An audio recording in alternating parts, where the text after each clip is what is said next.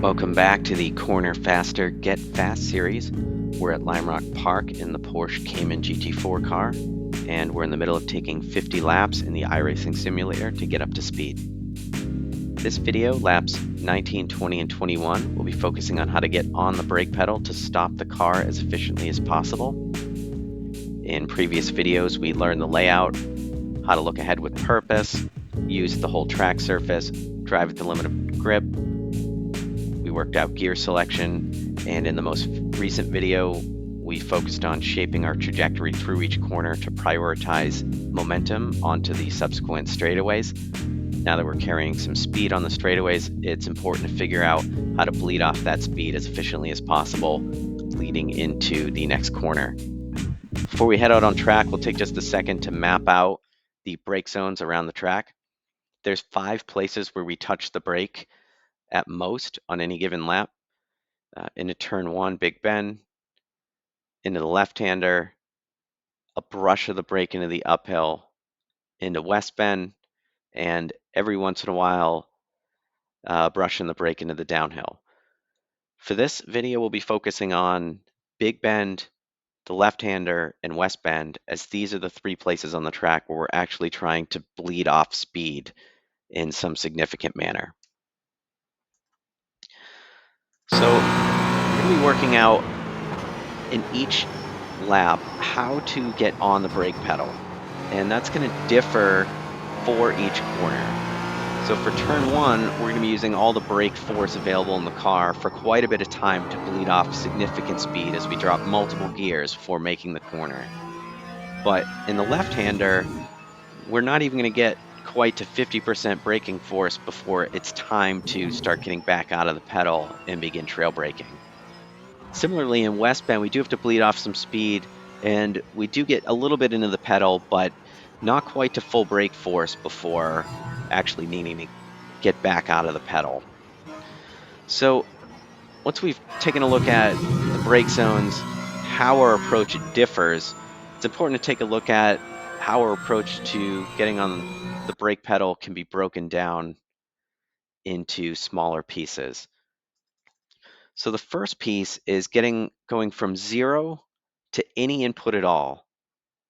And it's going to be tough to see this on the simulator because what this means in practice is taking any slack out of your simulator setup until the system starts to register that you're actually applying any brake input at all. In real life, this is going to feel like the sort of soft spot at the part of the, at the top of the pedal, maybe even before the brake lights are illuminated, but definitely before there's any significant contact between the brake pad and the rotor, basically just sucking up any of the slack in the system.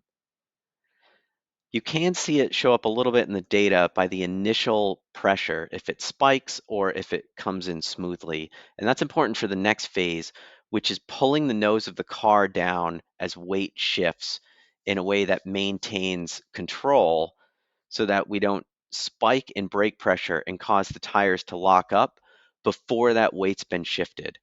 Once all the weight is shifted and is static in a forward position, that is going to allow for the maximum total braking force in the car. So reaching that point in time with the stiffness of the suspension as the weight is shifting is the goal of the next phase of applying the brake pedal. So the first phase, just going from 0 to any input at all, that should be done at just enough pace to take the slack out of the system. And then the next phase, going from initial brake input up to maximum brake output, which should be in time with pulling the nose down and shifting that weight forward. Now we're at maximum brake pressure, and you can see that the brake lights, the ABS lights, are just flickering. They're not sustained for too long of a period, and that shows that we are at the limit without going for an ABS ride, which is typically not the most efficient way to perform. So those are really the 3 different phases of getting on the brake pedal, and you can see that they do apply or at least the first one, and the second one apply to every brake zone around the track, where you want to smoothly apply initial pressure and then in time shift the weight forward by applying increasing pressure from 0 to whatever the max pressure is going to be for that corner before it's time to start backing out again. You can see this one more time up at West Bend.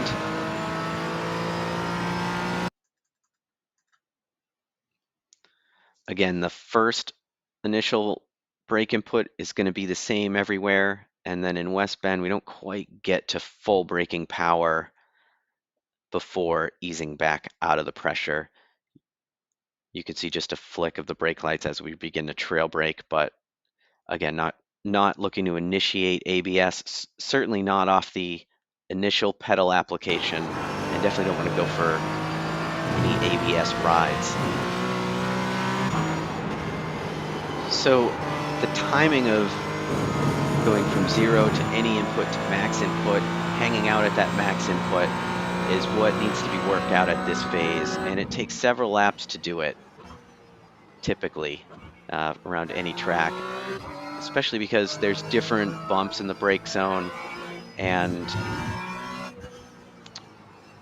figuring out the timing of each of those to take advantage of the front side of the bump giving you a little bit more grip, and then losing that grip over the back side of the bump. And once that's been worked out, and you're able to get on the brake consistently and take any slack out of going from 0 to 100% without actually going too quickly and prematurely locking up the brakes or locking up the tires, then you'll be ready to start shortening the brake zones and moving up the initial brake point while maintaining that same control over each phase of the brake zone. So that's how to get on the brake pedal at Lime Rock Park. Stick around for the next video where we focus on how to get off the pedal.